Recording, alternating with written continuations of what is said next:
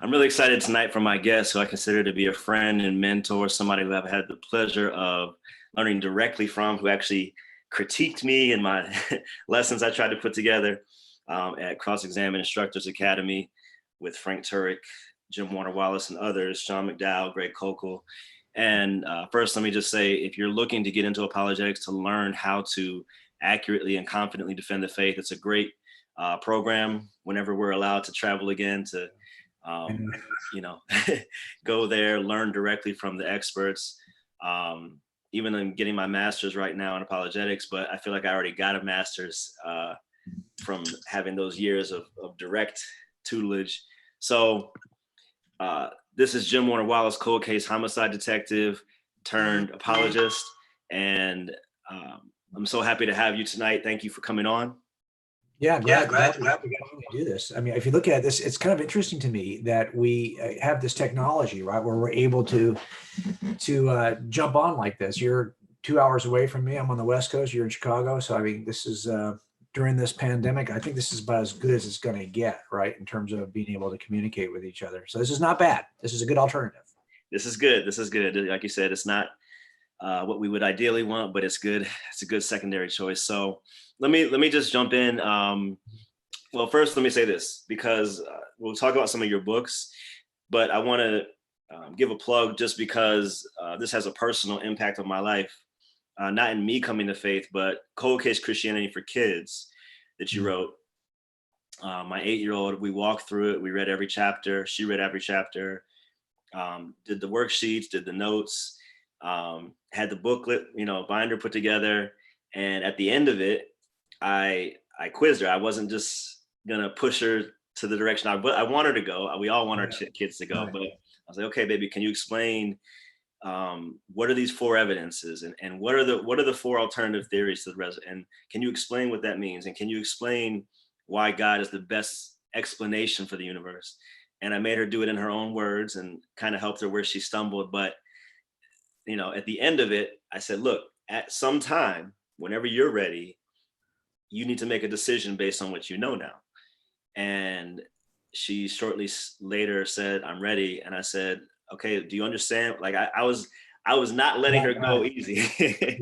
So I want her to now, and I'm confident now that nothing and no one will be able to shake her faith when she gets older. And I'm really grateful that you wrote that book for kids, because I've been working with youth for 15 years now, but mostly teenagers. Yeah. In this day and age, it's almost too late.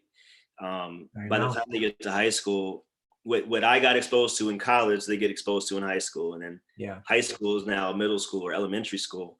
Yeah. Where if parents aren't proactive, I want to encourage you, please, you're home with your kids all day. Now is the time.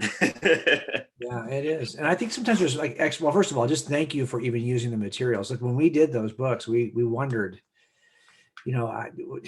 it's such a different art form, writing for kids, and trying to figure out, well, what will engage kids in a way that's not preachy, right? That maybe will be a narrative storytelling that will also teach them critical thinking skills. And so we tried to kind of walk that fine line, right? But you're absolutely right. The reason why we still don't even have really products for or a curriculum that's set. Just now we're starting to think about, the publisher is starting to think about, well, what would curriculum look like that's specifically for high schoolers? But that was really not my first priority, because like you, I saw that this platform, this glowing rectangle, is what the old university system used to be, where the first time you might encounter a contrary voice or a contrary notion in terms of worldview might have been when you were a sophomore or freshman in college. Now, that's the minute you have access to this digital media, you now have access to the opinions of the world and also the values of the world.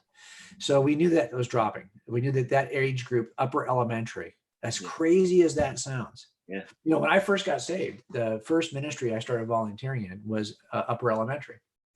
And we had a huge church, so that every one of these little segments was represented by a separate ministry. So there was a separate ministry for just 5th and 6th graders.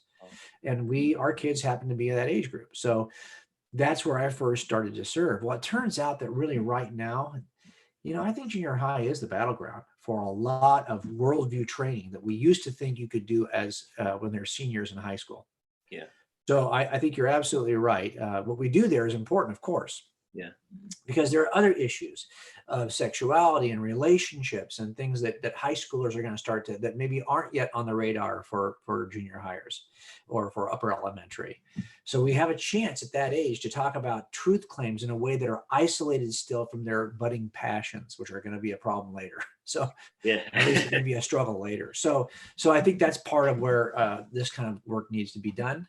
And I'm glad that you guys used it. And I saw the picture on my phone that you texted me when you sent it to me. And I just thought, yeah, that's pretty cool that because there was a publisher at Cook where I did the adult versions of these books who came to me and said, hey, well, do you think you'd ever be interested in doing kids books? And I was just waiting for the opportunity. I never thought it would be presented to us. Wow. But what happens here is that if your adult books don't reach a certain level with the publisher, they're not going to do a kids version, right? I mean, I get it.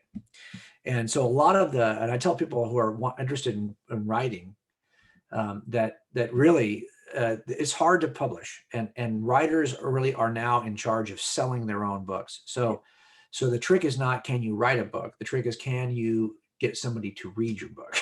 Yeah. And we knew that unless that happened, we'd have no opportunity to reach the next generation. As it turns out, that our kids' books probably do as well, if not better, than the adult books.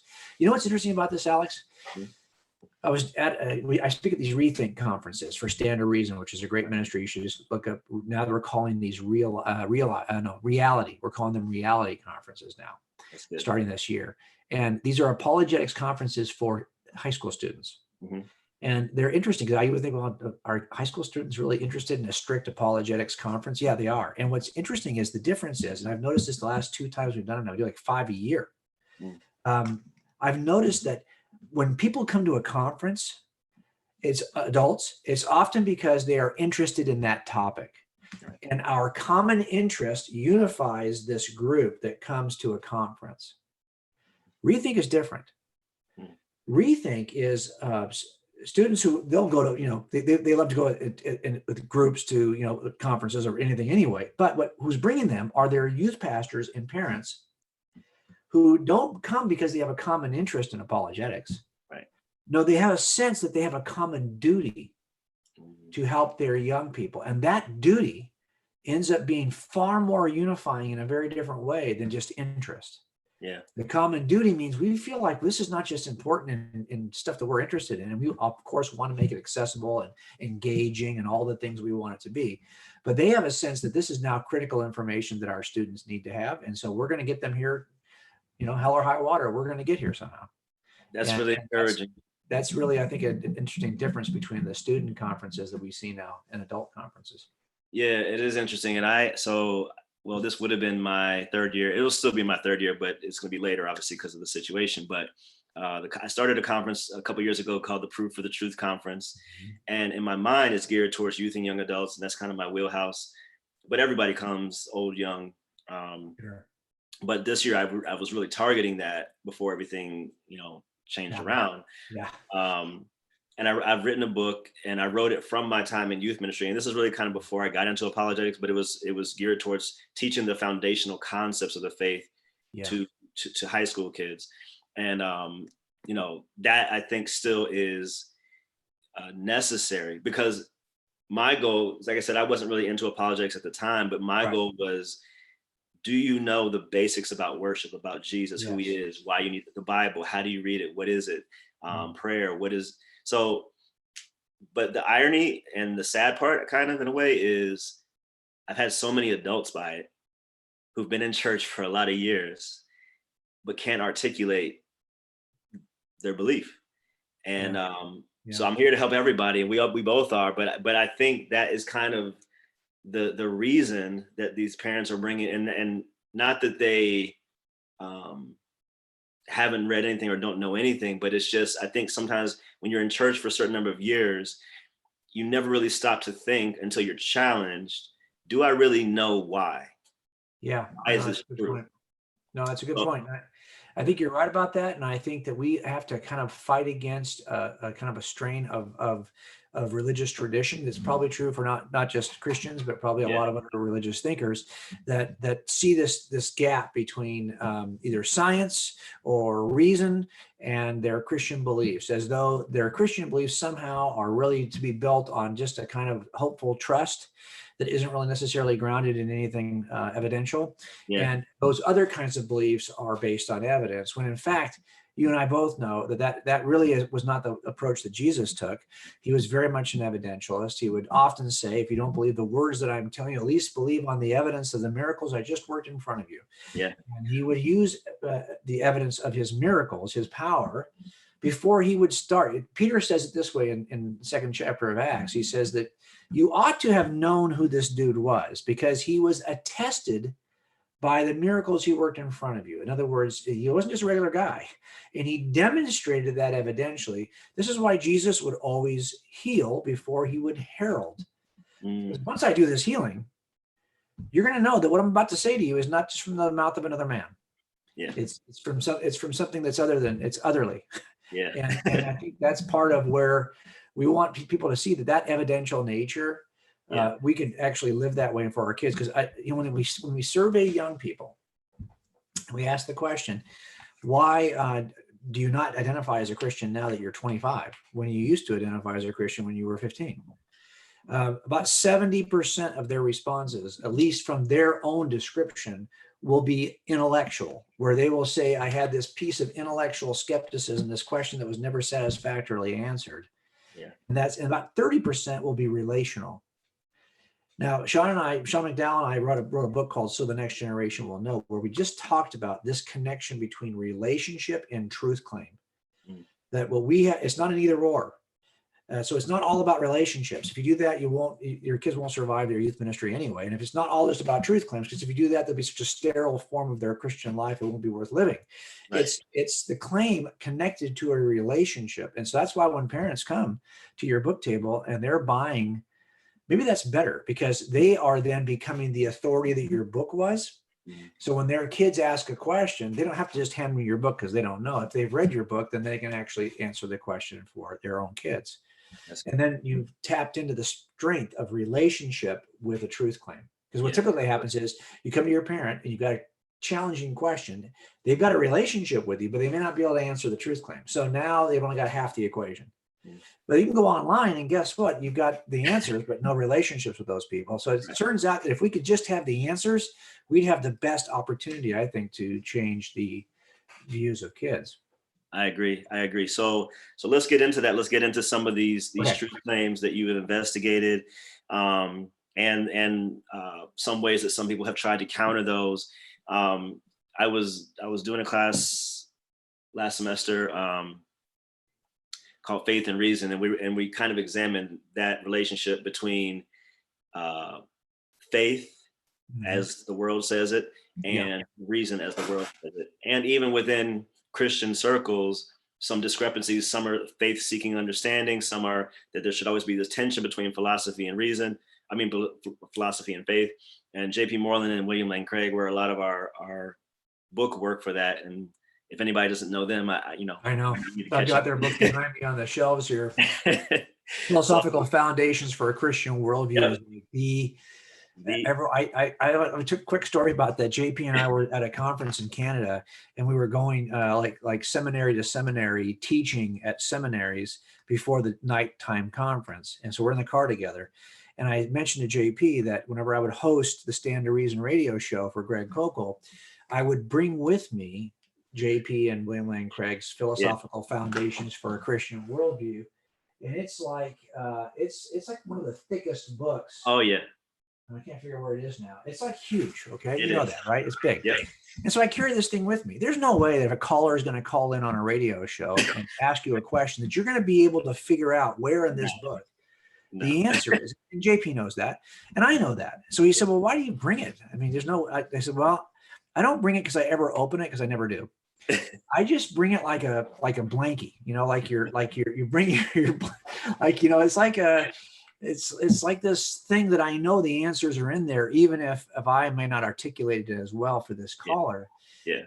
then, I don't know why I bring it. I think the book is one of those books. Sometimes you buy books because that they will become the future source of reference, Yes. even though you're not going to snuggle up with that thing, Yes. on a cold winter's night and read it in front of the fire. No. It's the kind of thing you put on the shelf because next time you already know the answer, but you may have lost some of the nuance that you need to go back and retrieve. So that's one of those books for sure. Well, in line with that, maybe a more accessible book for everyone is On Guard by William Lane Craig, Yep. or Love God with All Your Mind by J.P. Moreland. Yep. Those are. It's not going to be on the same level, but it's going to give you enough to go to battle with. And as I say that, and I've joked with you about this before, Jim, that I feel like I should get royalties because everywhere I go, I recommend I Don't Have Enough Faith by Frank Turek or Cold Case Christianity. Because every time I come off the stage, they're like, well, what books can I read? I'm like, well, these are the two. Yeah. Well, and a lot of it is no one intends to write a book like that.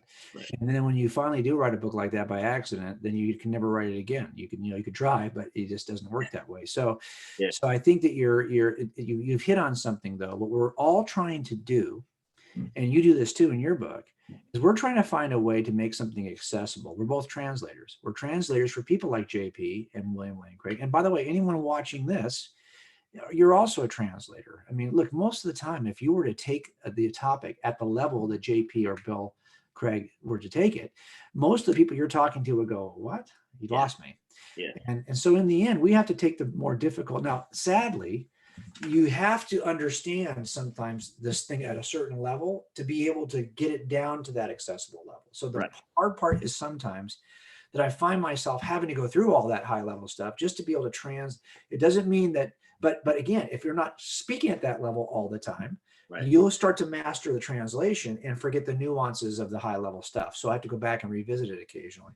But I think this is true for anyone who listens to apologetics or listens to any of your talks on YouTube, is that in the end, I don't want you to play my video for somebody. Yeah. I don't. I want you to learn how to revoice this for your particular context. Because I know it'll be more powerful when you say it than it will be. And I get it. A lot of people will say, I got this video I want you to watch. But to be honest, I'm not sure how powerful that really is for people, right? I want us to watch videos so we can learn from each other. But then when it comes time to communicate this to somebody else, I see this once in a while. Part of the class we did at Cross-Examine Instructors Academy is we talk about how do you present in front of an audience. Yeah. And I always warn people who have discovered the technology of embedding a video into PowerPoint.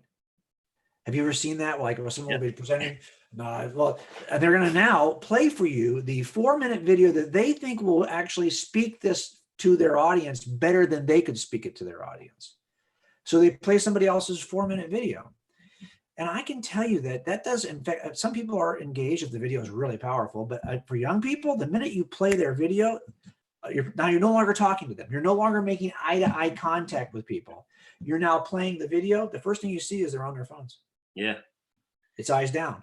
Yep. Because the communication art is, so much of it is nonverbal, right? It's this kind of thing we're doing right now. That the minute you reassign that to a video and stand by to the side and kind of you're all like watching the video, well, good luck with that. I think in the end, what we want our audiences to do is to listen to our videos and then master that for themselves. And even if you're only going to repeat 5% of it, trust me, God will use that 5% in that setting with that person to do more than the video ever could have done. Absolutely. This is good. So I don't want to hold you too long. So let me start off with this question. Okay. So we're talking about, let me find this real quick. Yeah. Well, I'll come back to that. So let's start here. Many people are aware of Bart Ehrman. He's a well-known, and I met him last year at a conference. I talked with him. I heard he came to a conference. Yeah, that's good. And he's a nice guy. So I think, and I was talking with another CIA grad about this. I think Christian community would do well to stop just bashing him. Right. It's not a good look. Yep. Because he knows more than most of us. So, I mean, most Christians, that is. Yeah. Textually speaking. Right. Now, he frames things wrong, but the only reason he gets away with that is because most Christians don't know the text well enough to know what he's Right. doing. Right. So, Right. so it works at a popular level, but at a scholarly level, he would never say these sorts of things to N.T. Wright or Bachman or Larry Right. Hurtado or any Sure. like people of this caliber. Well, So well, let's put it this way. I don't think he would ever say these things to his mentor, Bruce Metzger. yeah, Yeah. So I think you're right about this idea with Bart. But to finish your question, and then I'll jump in. Well, he's got all these bestsellers, so there's 1,000 things we could poke holes in. We don't have that kind of time, so I'm just going to pick a few and let you address them. So he says the Gospels have these irreconcilable contradictions. That's very broad, but and he nuances some of those to a certain extent. One thing, let me start like this. For everybody, there's a difference between what's called epistema verba and epistema vox, which is, I believe, the Latin or Greek, but it means the very words or the very voice. So I'm reading actually one of his books right now, Jesus Interrupted, and it's almost like unless Jesus had a stenographer trailing him for the whole 3 years, we can't trust anything he said or that was written about what he said. Right. So all historical, especially ancient historians, there's no typewriters, there's no devices to make this easy. Mm-hmm. But because Jesus was an itinerant speaker, his disciples would hear the same things over and over. So when we have what's the very words of Jesus, the specific words, there's actually good reason to trust that, because they can't write out a whole sermon that he just preached, but they're going to remember the most important things.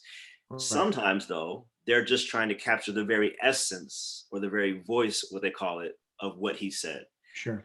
So when you look at different, Matthew or Luke, and they say it slightly different, he'll call that a contradiction. But as a detective, tell me how you see that. Well, first of all, I will say to you that I think that Bart is very well. He's a great student of the manuscripts, but we come in with certain preconceived ideas, and those preconceived ideas sometimes shape the way we judge the document. And I know he was raised in the church, and I'll be honest with you, being raised in the church can bring with it a certain amount of intellectual baggage, because you have certain words you've heard your entire life that are now clouding your judgment about certain assessments you might make. He'll give you an example. I was not raised in the church, no background at the church at all. 35 years old, walked into an evangelical church for the very first time. Never heard anyone preach from a text.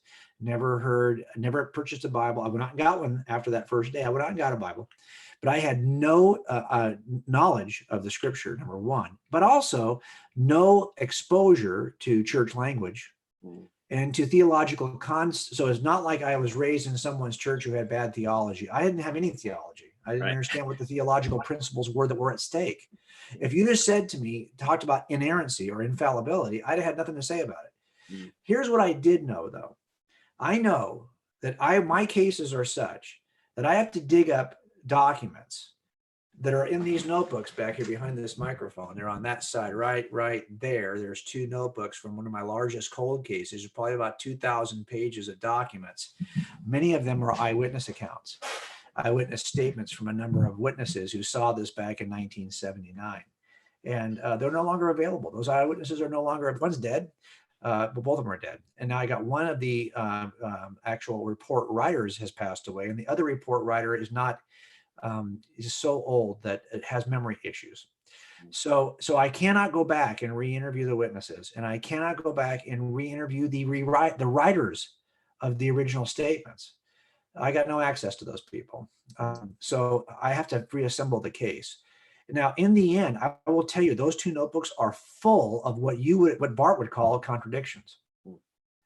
I mean, dramatic contradictions. The defense attorneys have got highlighted. They are waiting. They love it because they have what they see as apparent contradictions. Regardless of what might look like contradictions on the part of eyewitnesses, something really happened back in 1979 to that woman.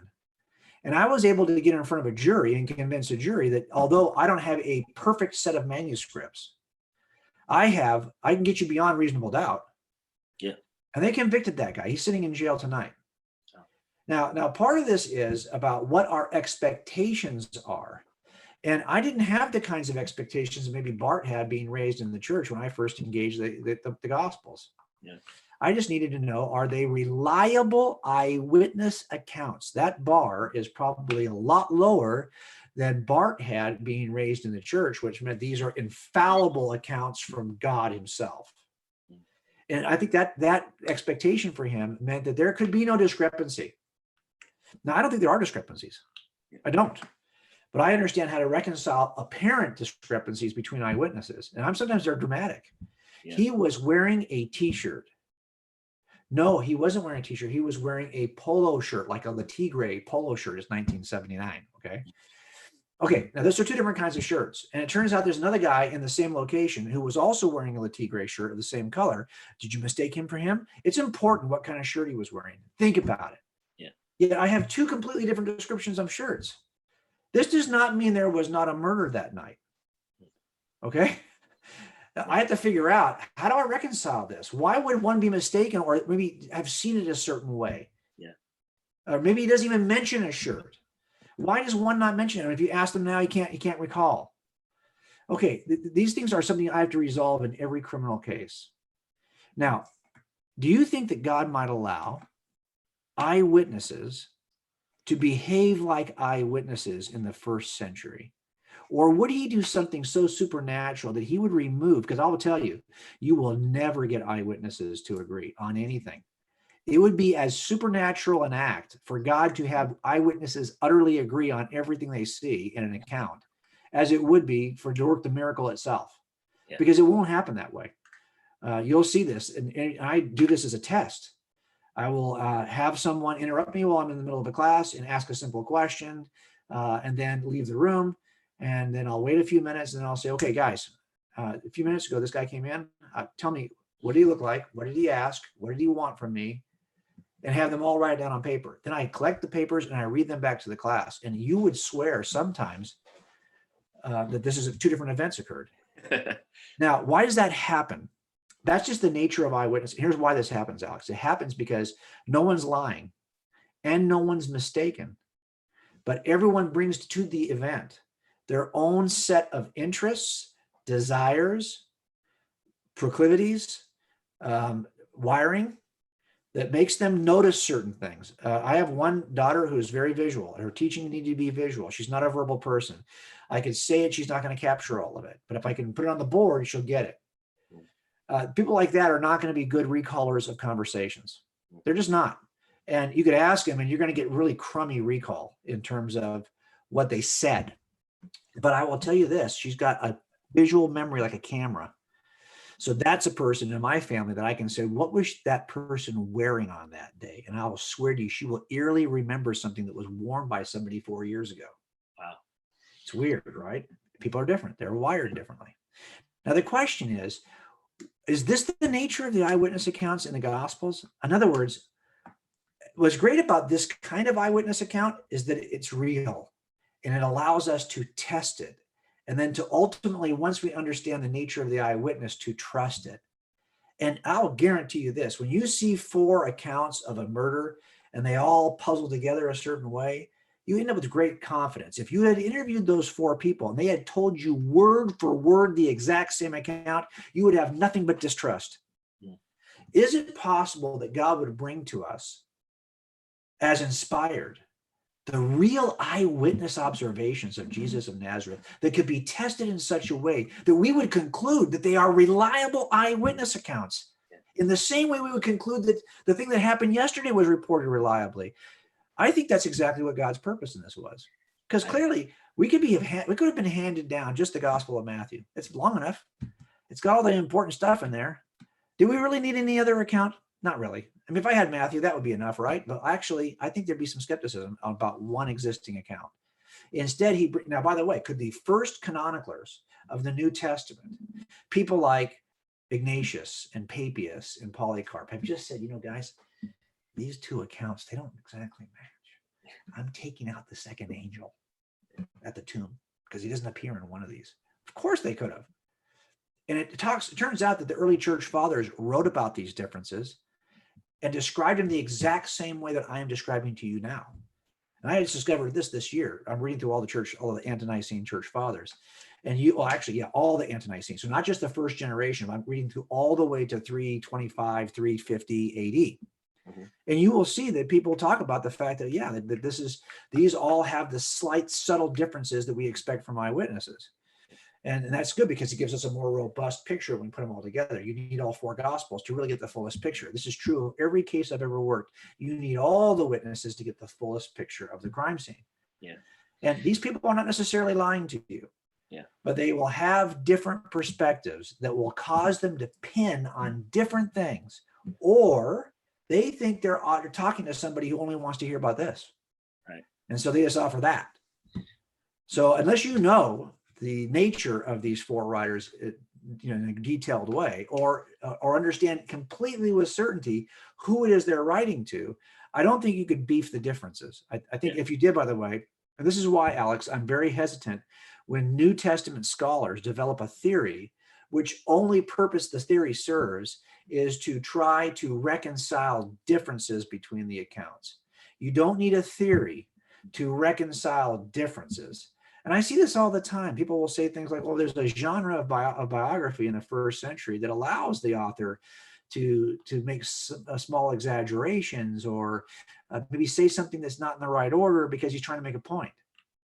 Okay, well, if you read my eyewitness accounts in those two books I just pointed to back here, the ones that are sitting right there, okay, those two books, if you were to read the eyewitness accounts in those two books, you would swear there must be some genre of testimony in 1979 to explain the differences. No, unfortunately, that's just what eyewitnesses do.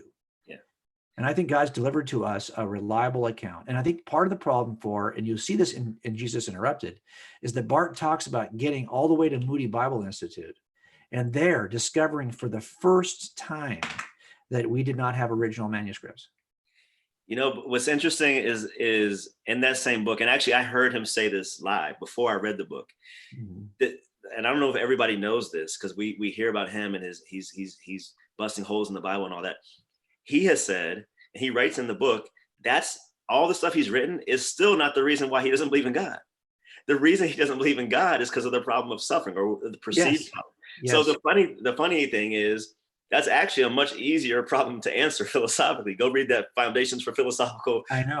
Well, and he talks about that in a book in which he talks about how evil and how suffering has been dealt with by the different prophets of the Old and New Testament, right? In that one book he's done. So that's really, if you think about that, that's kind of stepping outside of his wheelhouse. When someone says the problem of evil is the reason, and I'm a manuscript expert, I'm not me, Bart, but it's the problem of evil. Well, that's outside of manuscript expertise. That's now a philosophical issue. And if you have a PhD in philosophy, then you can actually speak on that issue. But it turns out that this is what I always think is interesting with this.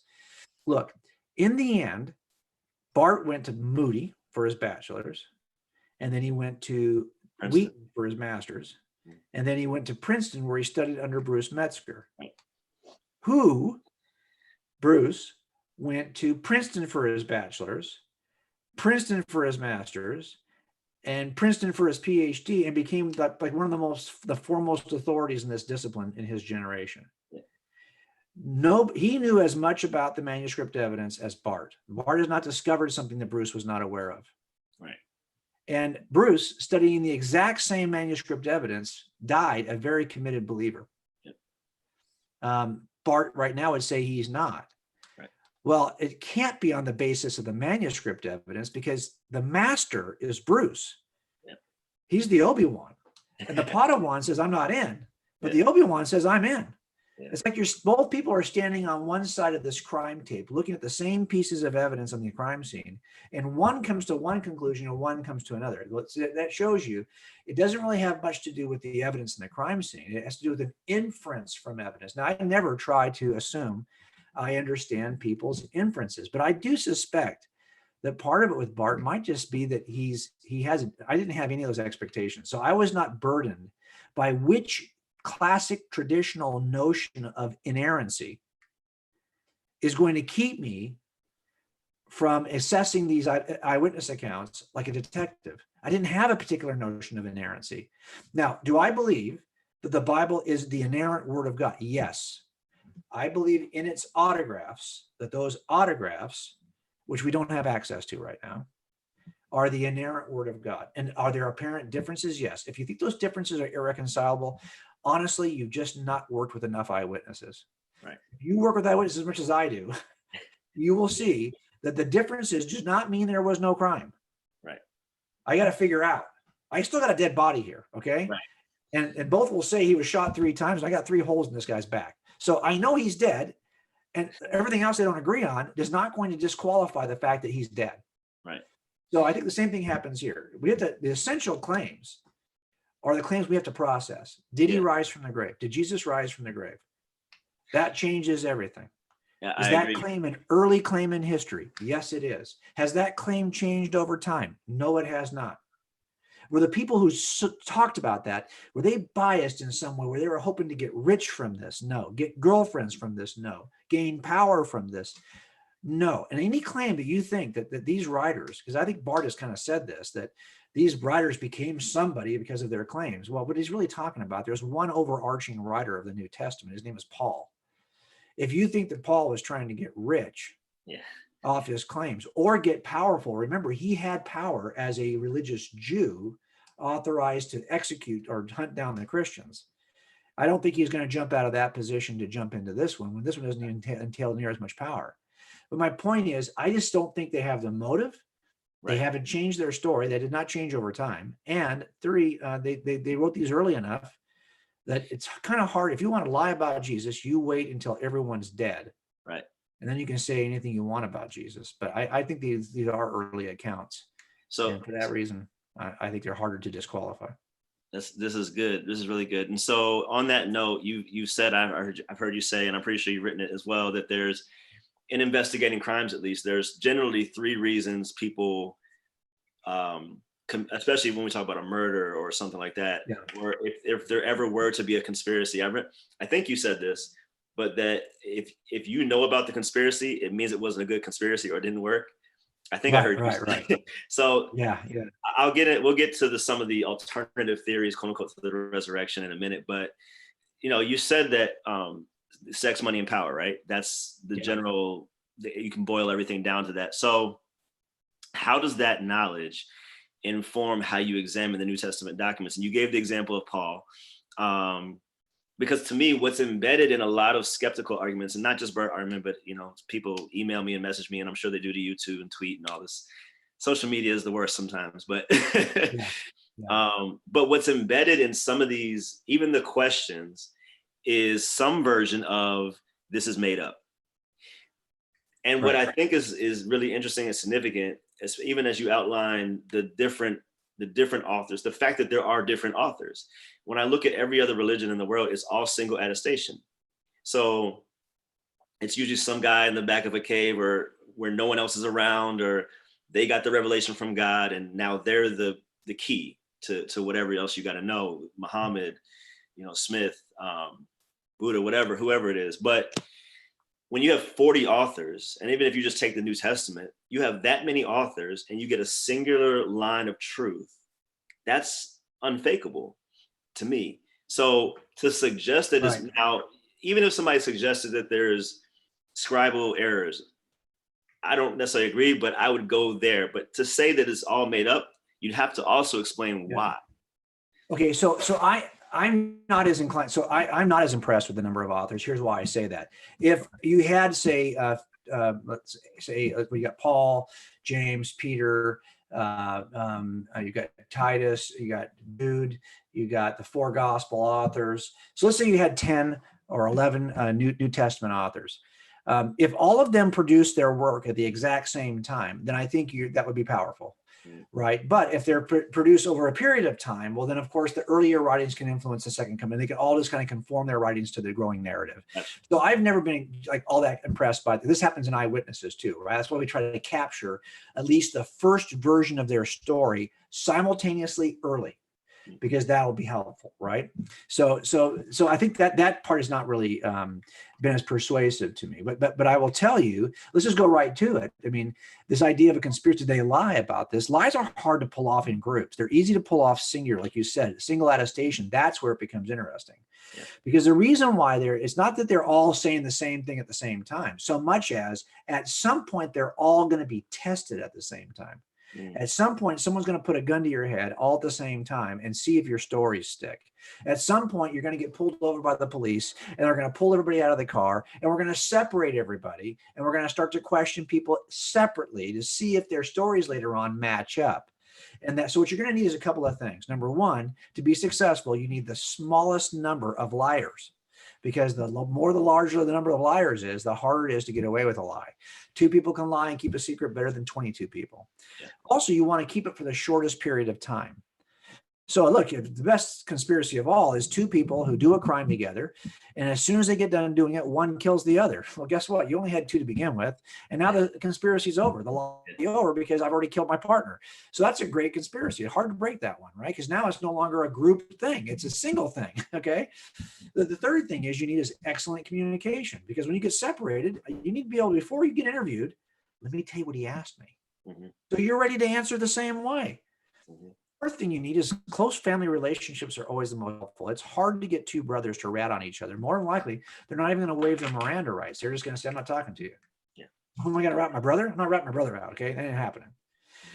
The last thing is you need low pressure. If you can just avoid being pulled over by the police, you can get away with this. Right. Those 5 things are absent in the Christian conspiracy. There's way too many of them. They're under way too much pressure with no way to communicate, and they're separated by thousands of miles, depending on how you believe how far these disciples were separated. But certainly their locations of death are all in separate locations. How do they communicate with each other to hold their story together? How do they even know when one is being tortured that the others haven't already given up the lie? Right? I mean, why should I die for this if I'm being told that Paul has already told us all that it's a fake? Yeah. And that's, of course, what you're going to do. And by the way, you'll see this on the part of interrogations of early centuries, the different strategies that the interrogators of Christians took. It's not that different. It hasn't changed that much since, law enforcement, sadly, is pretty much the same way. First century. And you'll see these things, right? And also, there are some brother sets that I can see lying for each other. James and John are brothers. Yeah, Andrew and Peter are brothers. But then you get a guy like Levi who comes to this late. He's not part of the discipleship of John the Baptist. He's not one of the guys who comes over with everybody else because John says there's the Messiah, and so he goes along with the program. No, he's a tax collector who comes in last. Nobody likes him. Everyone's like, why are they having dinner at this dude's house, man? He's just a dang thief and a bunch of prostitutes. And he ends up writing one of the earliest gospels, not because he's got a friend in the group or he's trying to protect a friend. If you see that stuff happen, you just end up believing it.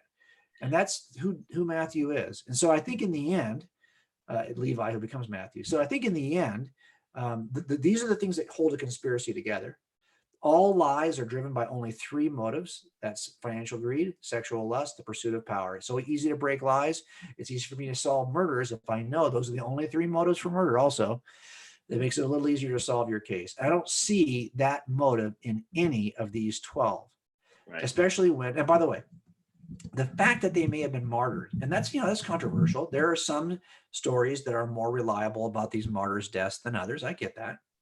We have no ancient record of anyone recanting. And if you don't think that would have been valuable, and if you don't think they were trying, by 112 AD, Pliny the Younger is writing to Trajan and saying, hey, I'm working on getting these guys to recant. This is the second generation of believers. This is the generation that would have sat at the feet of the first generation. So they're already removed enough to not know if it's true. They're trusting somebody else's account.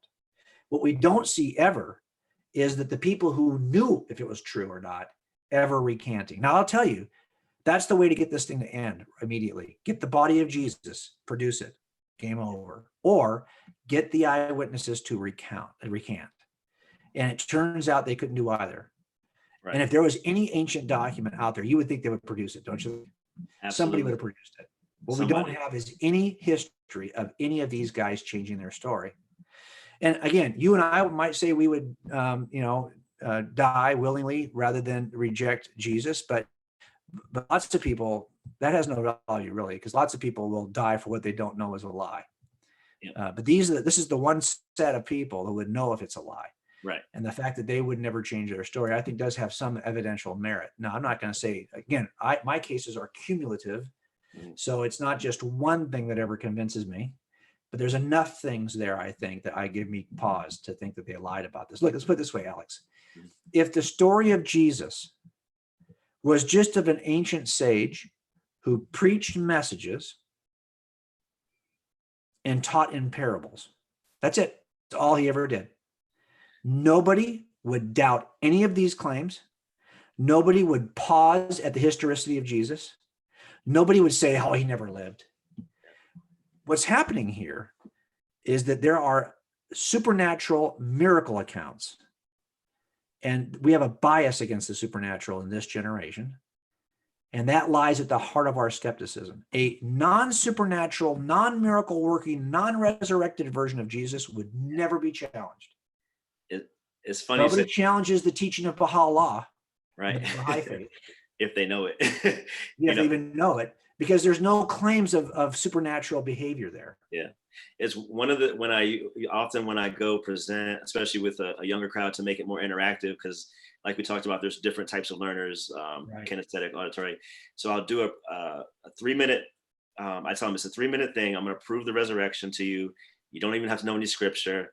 And I won't go through the whole thing now, but basically I role play one of the disciples, and I role play Jesus. They're one of the disciples. And basically the summation of the question is, if I don't get out of the grave, if I'm just another dead guy, would you, at the risk of your own life, because remember, whatever they did to Jesus, they're probably going to do to you.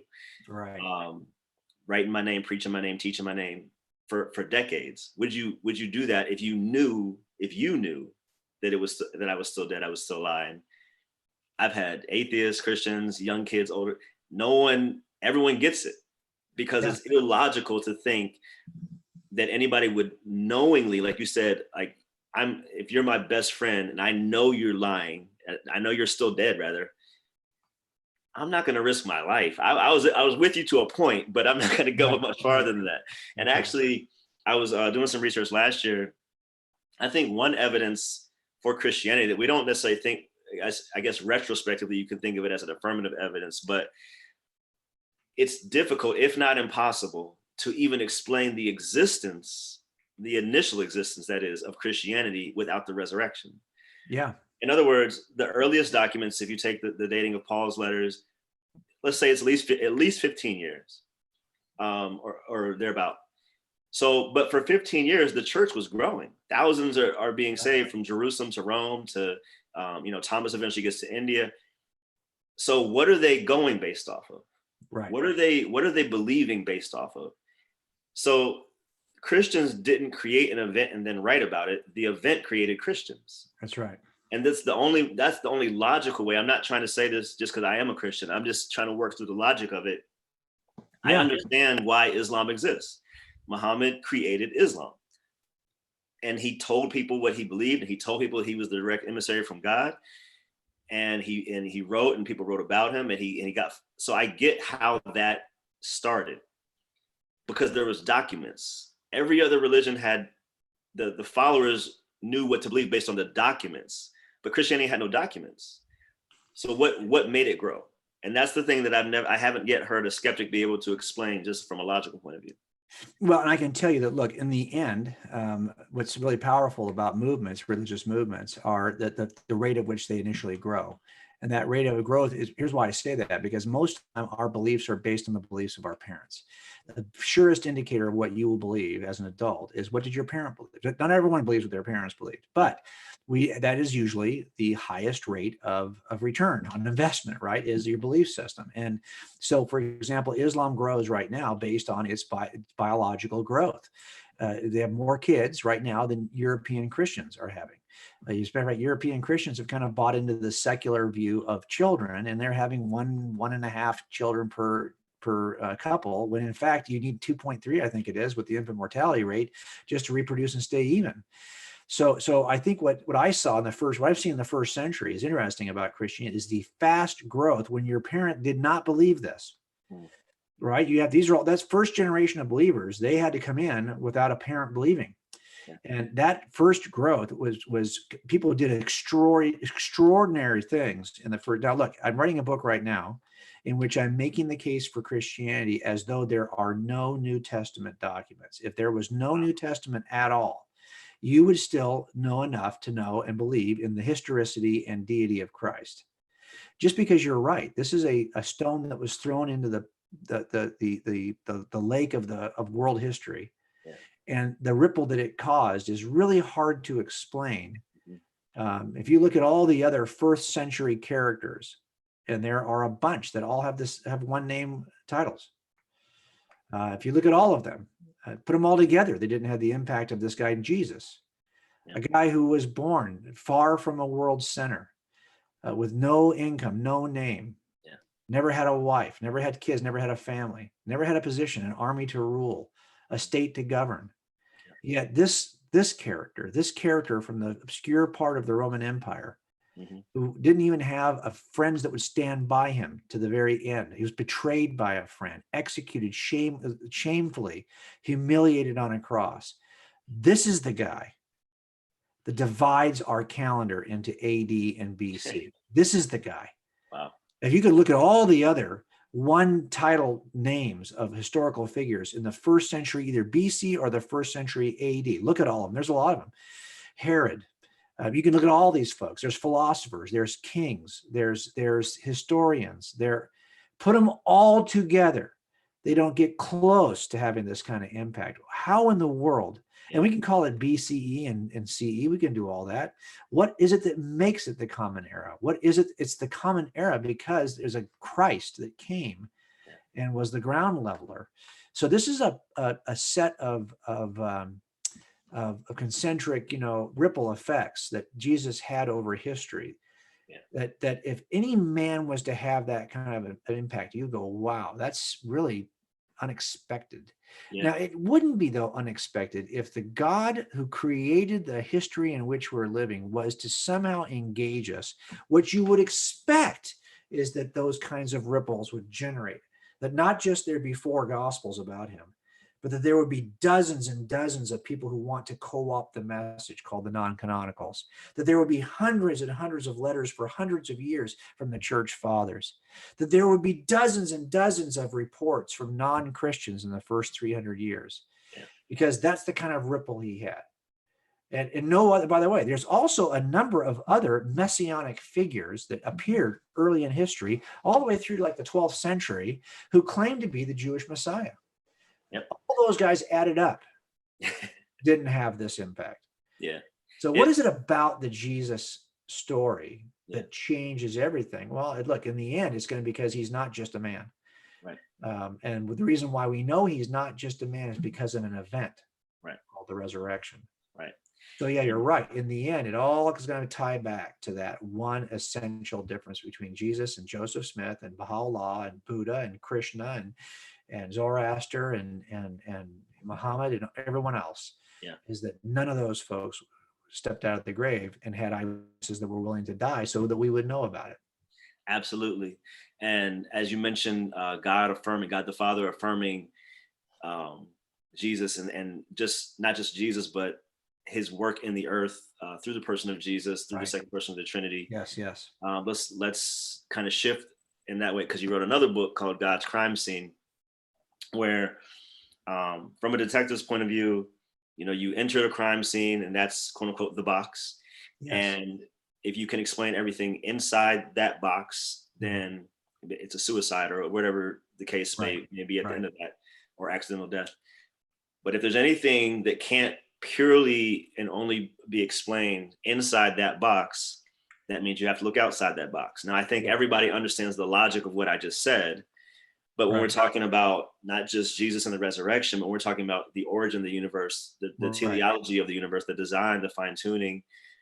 Why is it so important, that concept you bring from a detective? Well, so a lot of times these concepts are just simple ways to kind of, if you know how to determine if an eyewitness is reliable, and then if you examine the Gospels, because they claim to be, John, when he writes the Gospel of John, I don't care if it's John the Apostle, whoever writes the Gospel of John, doesn't matter to me who he is, whoever wrote that made a claim that these things actually happened and that he saw them, and that there were more things that he didn't record that he could have recorded, but there'd be more, you'd need a lot more space than the space he had in the Gospel of John. Okay, well, great. If you're making a claim that these things actually happened, you're making this claim as though you were there, because he says, the disciple he loved, there's a good sense that he was there. Okay, fine. Well, now I can test those. So all I need to do is teach you how to test eyewitness accounts, and that sets you on a new path when it comes to looking at the Gospels. Same thing is true here. There's 4 ways to die. We go to a lot of death calls. Not all of them are homicides. Sometimes you get there, it's a natural, it's an accidental, it's a suicide. I get to go home. I only have to stay if it's a homicide. Well, how do you tell the difference? Like you said, can I explain everything that's in the room by staying in the room? If I can explain everything that's in the room, if there's a gun in the room, he's got a gunshot wound, only 1 gunshot wound to his forehead. And that turns out that's his gun. The room is locked from the inside. There's no evidence that anybody on the outside ever came in. And there's a suicide note that he wrote. Well, guess what? That's going to be a suicide because I can explain everything that's in the room by staying in the room for an explanation. He's the explanation. Yeah. But on the other hand, if there's a pistol, but it's not his pistol, and there's a suicide note, but it's not his handwriting, and I find shoe prints leading out of the room, well, now I cannot explain everything that's in the room by staying in the room. I got to shift toward murder because, at least towards something, it's an intruder that's involved here. So this makes the difference. This is what separates death scenes from crime scenes. So I thought, when I'm looking at the universe as an investigator, I'm thinking, okay, can I explain everything that's in the room of the universe, the physical universe, space, time, and matter, governed by physics and chemistry, by staying in the room? If I can, then there's no intruder. On the other hand, if the best explanation for everything that's in the natural universe is a cause outside of space, time, and matter, well, I've got evidence of an intruder. Now, this started with me because I was with my dad, who's not a believer, and we were at a water park a number of years ago, waiting for my kids to come out of the pool. And while we're sitting there, I'm talking to my dad, and I pulled out my wallet. And I said, Dad, let me just ask it to you this way. I'm going to pull a dollar bill out of my wallet. Here it is. Take a look at it. It's got some information on it. It's got the face of a president. It's got some writing on it. You can read the writing. You actually understand the code. You're able to read it. Now, I'm going to ask you this question. I want you to explain to me how this dollar got in the wallet, but you have to stay inside the wallet for an explanation. Well, so I know how it got there. You put it there. No, I'm outside the wallet. You can't use me for an explanation. I want you to explain how this thing got in here, but you got to stay in here for an explanation. Well, it turns out there's only a couple ways you can do that, right? Either it's always been in there, the wallets are all made with money in them, or this thing was, formed over time by the movement of my mind against some paper and ink, and eventually it formed this dollar. There's something natural in the process of wearing a wallet, carrying a wallet that forms money. I mean, there's only a couple of ways you can stay inside the wallet for an explanation. And I actually have that series of videos on my YouTube channel and on my website. It's called a Wallet, a Dollar, and the Existence of God. And so this is how this started. This is probably 15 years ago. And eventually I was just kind of trying to recite back to him in common language what we already know intuitively from death scenes. And so I finally wrote a book about it, and it's called God's Crime Scene, and it talks about this. Look, there are 8 things in that room of the universe. We have to explain how the room got there. We have to explain why the room looks fine-tuned for life. We have to explain how life emerged from non-life in the room. We have to explain why the life that emerged at least has the appearance of design. That's pretty common even amongst atheist biologists. They'll say that at least. Had to explain how it is we have an experience of mind and consciousness in an entirely material universe that does not account for the existence of immaterial things like mind and consciousness. Had to explain how we have free agency if we're in a determined physicalist universe that is just a bunch of dominoes falling, hitting each other. How is it anyone's able to step out of that domino chain and say, I'm not falling? We have that free agency. It's as Sam Hayes, who's a neuroscientist and an atheist, that is not possible in a atheistic universe. You have the illusion of free agency, but you don't really have it. We have to explain how there are objective moral truths, because where do those come from? How do these exist? What are they grounded in? And then finally, you have to explain what is the standard of righteousness that is overarching, that is objective, by which we measure something and call it evil. These are things that are in the room that we have to either figure out a way to explain those. And by the way, that burden of proof is on everyone. The same thing happens at a crime scene. If I sat at the crime scene, there's like 8 pieces of evidence in the crime scene. I'm like, dude, I think your husband did it. And my partner's like, you're crazy, man. Our coworker did it. Really? Okay, well, I've got a burden of proof. I'm going to show you why I think it's the husband. But you got a burden of proof. You got to show me why it's the coworker. Okay, there's 8 things in the physical universe. I have a burden of proof if I think God did it. Okay, I'm good with that. But you have a burden of proof if you think that the laws of nature did this. You show me how you Right. can just space, time, matter, physics, and chemistry and get those 8 things. That's your burden. I have a burden and you have a burden, because burdens are driven by evidence and scenes.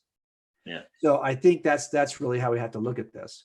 And I agree with you. And I think, we don't have time to do it on this level tonight, but there's fine tuning within humanity, within humans rather. So Right. Michael B, he's done so much on this. Yes. And me personally, my brain, I'm very logical. So I like talking about all the stuff in the God's crime scene, or I think I like your approach just because evidence, proof makes sense. Like I have to explain this piece of evidence. And I was with Vince Vitale of RZIM, and he had said something that I now say, that disagreement is okay, but disagreement without alternative is empty. And I think, we go back to that book by Craig and Moreland, The Law of the Excluded Middle. The law of the excluded middle says, not just the law of non-contradiction, which they can't both be true, but that one must be true. Like you can't pick nothing. This is not where you can leave it blank on the test. Yeah, right. Because there is a universe.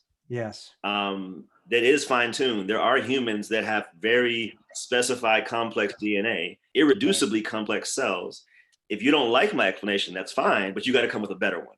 That's and I haven't seen what one you yet. see. So. I get this. Look, we have one explanation. We think this stuff makes sense if it comes from the mind of a designer that is a free agent, that is a personal agent, not an impersonal force, that acts freely and designs creatures in its image. This makes sense. And by the way, you can get there. I don't mention any scripture, I think, until the very last chapter, just a couple of pieces in God's crime scene. We're making a case for God's existence from science alone. And I think that can very easily be done. And so when I think when you get in the end of this, you say, okay, what I think is interesting is I tried in the second part of that book to put all the alternative explanations for consciousness, for free agency, for the fine tuning of the universe, for the existence of the universe. What you'll discover is that there are a body of alternatives that are offered. And they're just like the alternatives offered for the resurrection, where you've got like 6 things that people will say, well, he could have lied about it. It could be an imposter. He could have been hallucinating. They could have been, changed this over time. Maybe they never even said he rose from the grave. That was added later. They like 5 or 6 explanations I'll offer. Well, you know why there's 5 or 6 explanations? Because everyone knows that the other ones don't work. If one of these alternative explanations worked, they would stop with the one that works. But instead, they all recognize, well, the explanation 2 has got some problems. So my explanation 3, that'll solve it. And then the next guy comes along and says, no, actually 3 is kind of stinky too. So I got a slight variation here. This is happening also with the beginning of the universe. You think those scientists think the other guys with the alternative theory are right? No, they don't. There are people who look at multiverse theory as astrophysicists, and they're like, are you kidding me? You're just cheating. Yeah. They're like angry that they're not even making an effort to find a unified formula, a unified concept of physics that will explain everything. They think that the whole multiverse is a cheat. So my point is, the reason why they don't agree, now this is what happens. You can end up with like, I calculated like, let's see, like 4 times, like 30-ish different explanations for the 8 pieces of evidence that all point to the existence of the universe.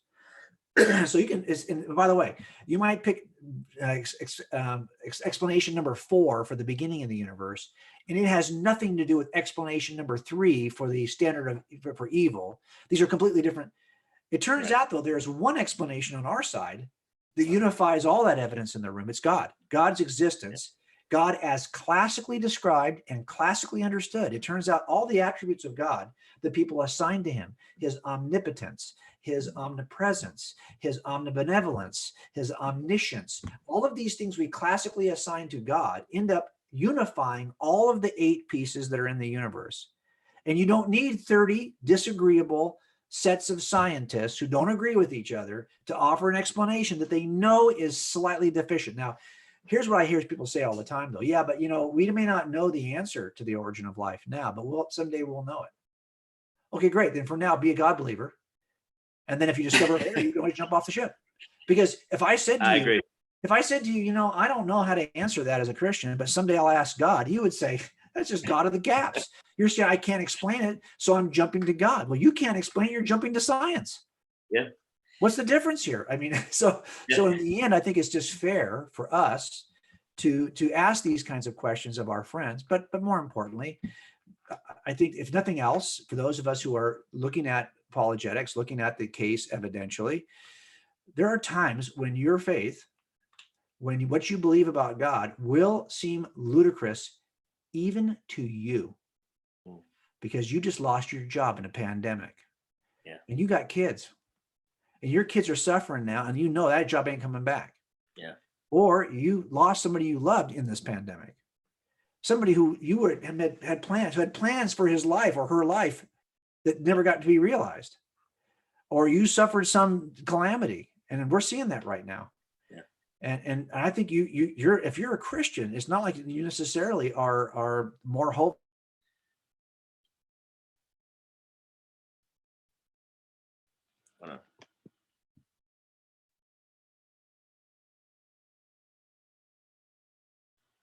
No, you kind of feel like you're burning in there too, when we've already suffered some evil that we cannot then let go of. Yeah. But what I think thinking about these things does for us, and I see my internet's okay, it's back now. I think when you think about these things for us, if we think about these evidences before we encounter the struggle, we have inoculated ourselves from certain levels of doubt. Not because we're thinking harder and hoping harder and wishing harder, but because we've really thought this out. My own kids will tell you this, and my own adult boys have said in a class in Biola we were teaching that there are times when you have doubts. But because we did all that work in junior high and all that work together in high school as their youth pastor, they never thought for a second it wasn't true, because they'd already knew it was true, but they were struggling in a season, but it never caused them to let go of what was true.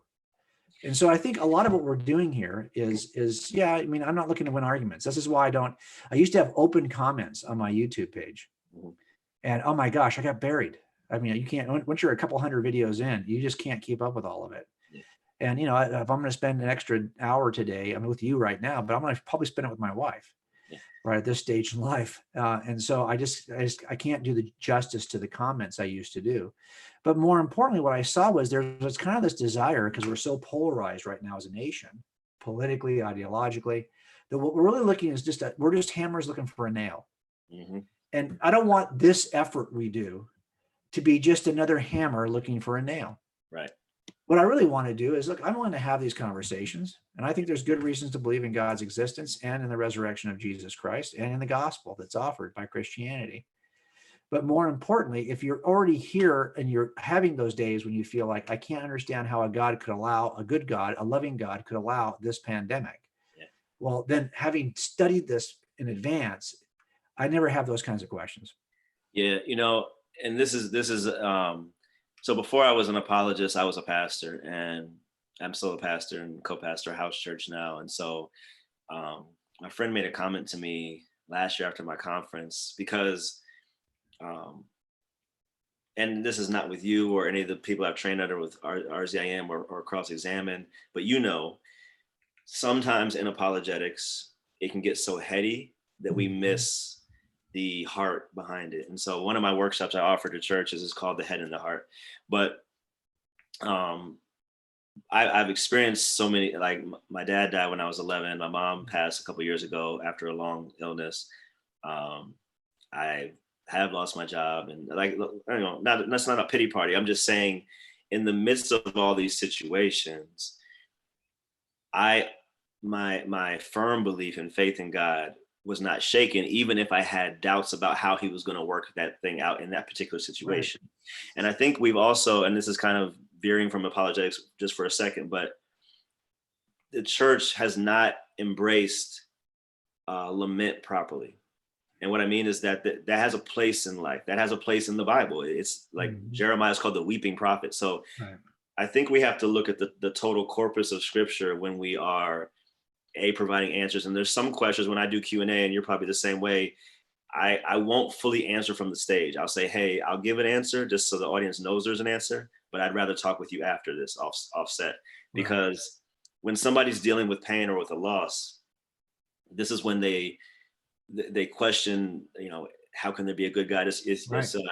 Euthyphro's dilemma, but it's a false dilemma. Yeah. Now, I don't want to be insensitive just to give an intellectual answer to an emotional issue. So I think we do have to find that balance where there is a philosophical, makes sense answer to the problem of evil. But Yes. when you have personally just experienced evil, that's not what you want to hear or I need to know. hear. And so Yeah. I get it, and sometimes I see online, especially, that's definitely not the place to be dogmatic in this area. But I want people to know that there are answers, and that we can, as my pastor's heart comes out, I want to work through those things with people. So I got a couple more questions before we Yeah. wrap up. Go ahead. You had mentioned, well, we talked about this at the beginning, and then you brought it up even at your end of your God's crime scene about how you try to look for the alternative theories, or the ones that are out there, the naturalistic theories, Yes. to give fair shot. So we're not doing a kind of a straw man or ad hominem, apologetic here.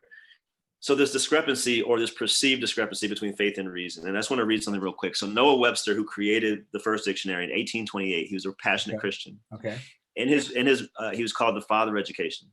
Yeah. In his dictionary, faith, the word faith, was originally defined as an affectionate, practical confidence in the testimony of God. It was further defined as a firm, cordial belief, the veracity of God in all the declarations of his word, or a full and affectionate confidence in the certainty of those things which God has declared, and because he has declared them. Okay. Wow, Good. that's a great. Now, the current Webster's dictionary Okay. defines the word faith: a firm belief in something for which there is no proof. Oh my goodness. That is in the true? dictionary. That's in the dictionary. Wow. So this is how subtle this happens. Because when words change, words govern how we interact in society, right? Absolutely. Absolutely. You look at how do you identify? Well, Yeah. 50 years ago, no one talked like that. Right. So words are important, and so what we have to do as Christians is go. The word faith, pistis, in the Greek, in the original Bible, meant trust. It never meant blind faith. Right. So there's a worldly problem and a Christian problem, a church problem here, because growing up in church, I'll be honest, I kind of thought faith meant just believe without seeing. That's just how I always understood it. And as you said, that's never what Jesus meant. Paul meant. Paul was one of the greatest apologists. That's right. 1 Peter 3, Peter writes in his first letter, always be ready to give a defense. That's where we get apologetics from. So just let's see if we can kind of knock down this myth Yeah, of no problem. discrepancy between faith and reason. Yeah. So I think that there is no look. In the end, you have to look at not only the way the word is used in whatever the Greek version of the New Testament, if that word is used in the New Testament, we can look at the Greek word and say, what does that really mean? What did it mean back in the first century? But also added to that, we have to assess how people in real time responded to requirements for faith. So, for example, I think it's fair to look at how Jesus interacted with people. Because I'm just going to give you one story.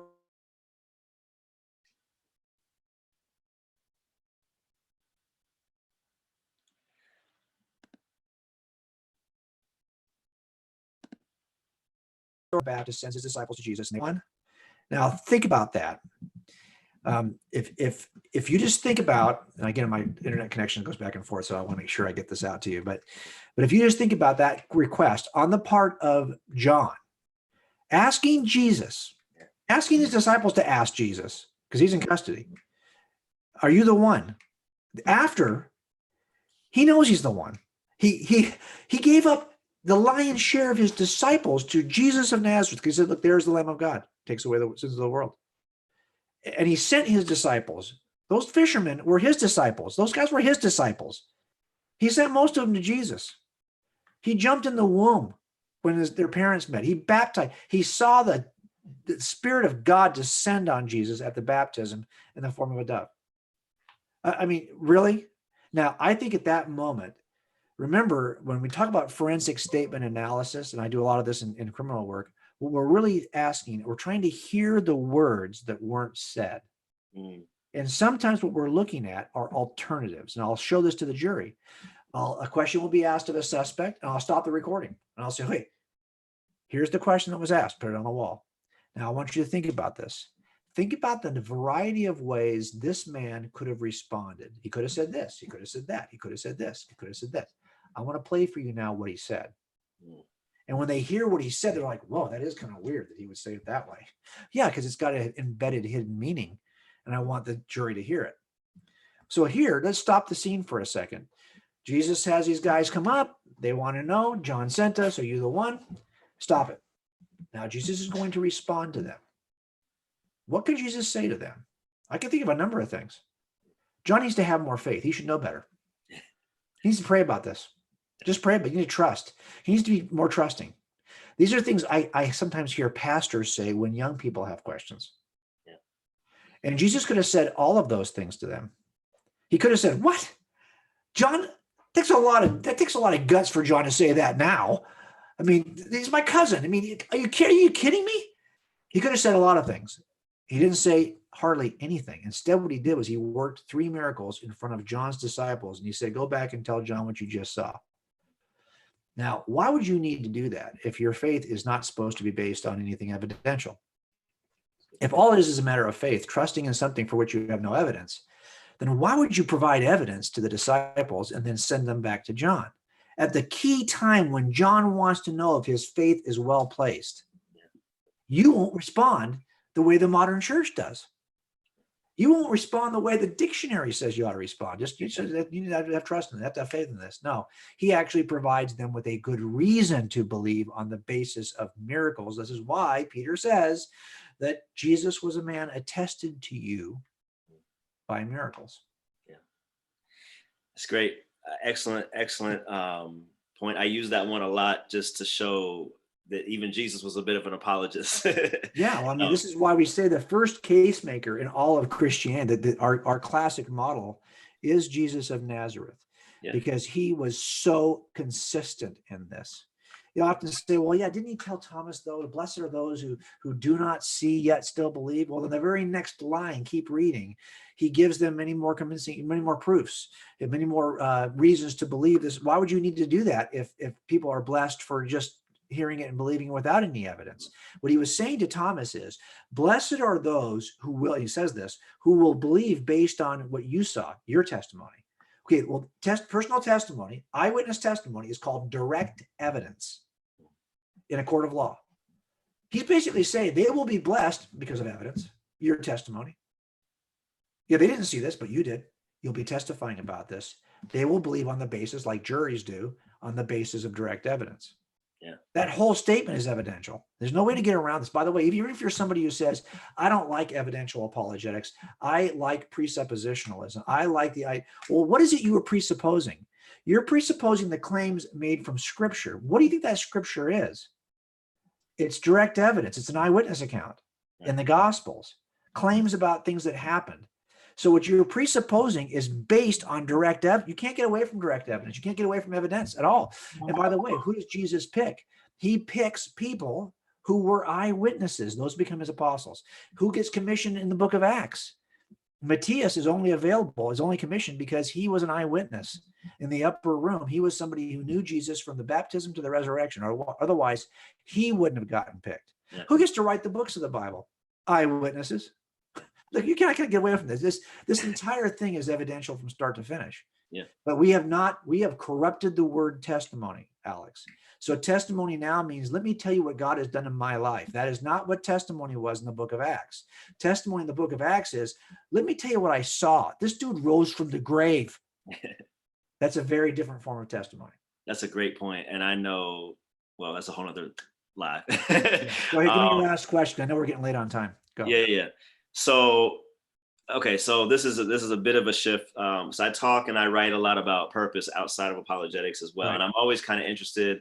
This is more like personal life story type of situation, but I'm interested because I think we've established the case God does exist and the Bible is true. And so if that's the case, life has general meaning, but then he cares about you individually too. You have purpose. And this is where but I know purpose is a buzzword now, but yeah, as an apologist, I get there foundationally through all the stuff we just talked about. Because if you're a naturalist, life doesn't have purpose. You don't have purpose. You're just a random collection of molecules. Right. But they assume they have purpose. So that's a whole other story. but I love how God kind of connects the dots in people's lives. And so you were like an art major at one point, Yeah, right? so I have my bachelor's degrees in fine arts, and then I And a have detective, and you put that together. And yes. now I look at, if no one has ever been to see Jim speak, like your PowerPoints have made my PowerPoints go to a whole other level. I get compliments now on mine, and mine are Oh, not as good. much as yours. Now I've But seen yours. You came in the second or third year, and I saw your PowerPoints. I was like, wow, this guy is like I'm doing trying. awesome. So yeah, it's good. But your artistic background, now God's able to use that for I those try who to. are more visual. Right. Even in the book I read with my daughter, the drawings and Yes. um, your I get to draw those things now. It's fun. Yeah. yeah, your Yeah. timelines, the graphs, putting everything. Right. So I just now that you're able to kind of look back and just say, when I was an art major, I never saw it being used for Yeah. this. Yeah. Well, I can tell you that I felt that way. I'm a creative, basically. So my bachelor's is in the fine arts, basically in design, and then I have a master's in architecture, and then I became a cop. And I did it because I felt it would be a good job for my family. My dad was a cop. He raised 7 kids this way. You're never going to be rich, but you'll be stable. And it's an honorable job, and it can be. And sometimes you'll see that it cannot be as well, but it can be. And I felt like it was the kind of thing that was probably the right decision for my family, although I didn't think it was right for me.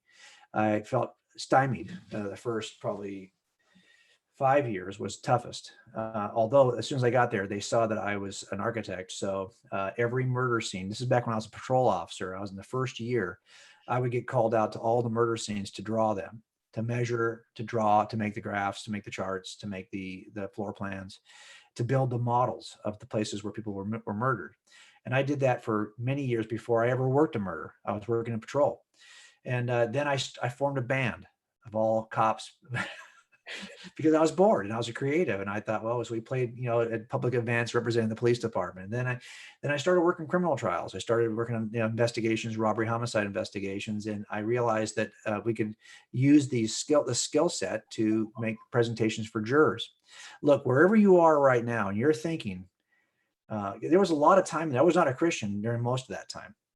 And so I never thought about, well, is God using my gifting in a certain way that I can't escape it? I mean, in the end, God will use your gifting wherever you are. I never thought about really even trying to figure out what my purpose was. For most of it, I just kind of banged around, and you have a tendency to adopt as your purpose the things that you happen to be good at. Yeah.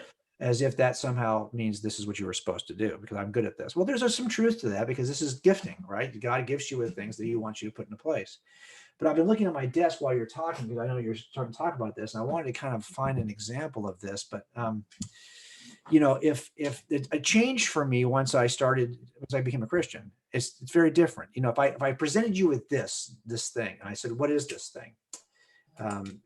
If you had no way if you didn't know what it was, how would you discover what it is? What's it here for? What does it do? You might think, well, it could do a lot of things. I could prop things up with it. I could scratch my head with it. That doesn't mean it was designed to do that. Right. How would I discover what it's designed to do? Well, I'm sitting in front of a computer right now with you. I could easily open up my search engine and find the manufacturer's name on the back, type in the manufacturer's name, and then once I locate the manufacturer, and I got a serial number back here, model number, put that in and go, oh, okay. The manufacturer made this thing to do that job. Okay, great. In other words, the surest way to discover the purpose of something is to ask the manufacturer. And it turns out that once I discovered this principle, I was like, okay, as humans, if you want to see what your purpose is, the surest way to know it is if there was, imagine for a crazy, just as a crazy chance, if there is a manufacturer you could ask, you would have the surest sense of what your purpose is. And so for me, I realized that changes everything. Absolutely. And then I can start to bend my gifting toward what I think the manufacturer has designed me to do. Yeah. And that's when suddenly all of these weird skill sets that I had, both for music and I eventually became a youth pastor, in which my musical interests and my artistic interests were expressed through making the case for high schoolers that this was true, and it was all visual. And that's why all my work is, I'm writing a new book, and this book I'm writing, I talk about this in our class. I'm trying to speak visualish, not English, visualish, which means I'm not writing something and then trying to find visual support for it. No, I'm trying to think, how do I tell this story visually? Yeah. And if you look at my PowerPoints right now, you're going to go, what is it he's even talking about here? You can't even tell what I'm talking about here. Yep. But once I narrate it, you'll go, oh, this all makes sense. Now from that, I will write a book. But it starts visually. Yeah. And then it becomes words. And so Yeah. a lot of that purpose for me was discovered really when I started to apply this toward preaching the gospel, toward making a case for Christianity. And who would have saw that coming? I'm 58. I became a Christian at 35. So I still spent most of my life as a non-believer. Yeah. And by the time you're 35, dude, you're set in your ways on Yeah. a lot of stuff. It's hard to shake. Yeah. That was hard for me. So just if you're there and you're listening to this and you're kind of wondering what your purpose is, yeah, you can definitely scratch your head with this. Yeah. But that's not what this is designed to do. Yeah. And we have a tendency to repurpose and restructure and rethink what we think our purpose is, because it just happens we happen to be good at it. This happens to make my head feel like it's being scratched. So I guess that will work. Well, yeah, it'll work. There's lots of things you could do that'll work for you, Yeah. but it doesn't mean it's your purpose. Absolutely. So, I couldn't say it better. I gave a TED talk last year, loosely connected with purpose, and trying to give people tips on how to discover that. And there's certain things you can't say from the TED stage, so I had to kind of be creative. But yeah. I give this example, not at the TED talk, but another example. You can sit on a chair and you can sit on a toilet, and if you confuse the purpose, you probably won't be invited back to that house. Yeah, that's right. That's right. Yeah, the word manual means the mind of the maker, and so we have the whole corpus of the Bible to do that. One quick story from me: in ninth grade, my teacher said I should try out for the debate team. I never heard of a debate team, and however many years later, that skill set that was being developed, or that I had, or that she saw in me, is very useful in being an apologist. Not that I want to argue or debate, but a good debater has to know both sides of the position. Right. So, man, I'm so grateful to you. Thank you so much. Yeah, brother. Good talking to you. Good talking to you. Keep the good work. I'm sure we'll see each other at one of these CIAs going forward. I'm sure we'll see each other again. Absolutely. And just so we know, it's coldcasechristianity.com. Is that the coldcasechristianity.com, and the kids site is casemakersacademy.com. Appreciate you. Okay. Thank you, everybody. Have a blessed night, and we will talk to you later. All right. See you later. Bye, Alex. Bye. Bye.